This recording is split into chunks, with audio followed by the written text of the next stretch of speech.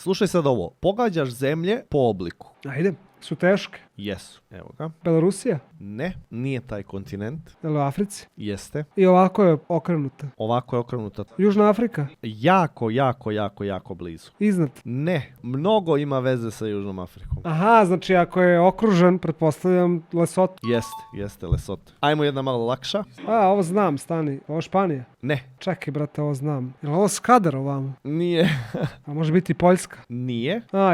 Nije Skadar, nego ovo obala. Rumunija. Jest. Ajmo dalje. Ovo po obliku možeš da vidiš da... U Africi je ovo? Tako je. Ovo je u sredini dole, Afrike. Jeste. Ovo je obala ovamo. Da. Čad? Ne. Ne znam. Gabon je u pitanju. Gabon. Glupi Gabon. Ajmo malo lakša. O, brate, ovo je neka mrlja. Bukvalno si te Slovačka.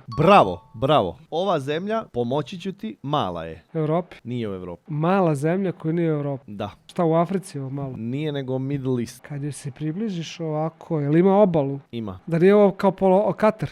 Jeste. Još jednu. Kazahstan? Ne. Ne znam šta je ovo. Iran? Bravo. Nepal? Bravo. Jeste. Ova je malo interesantna. Ovo špic nečega. Nije špit. Je li ima neku obalu? Ima obalu s obe strane. Ovo je znači neka zemlja koja spaja nešto. Tako nekako, da.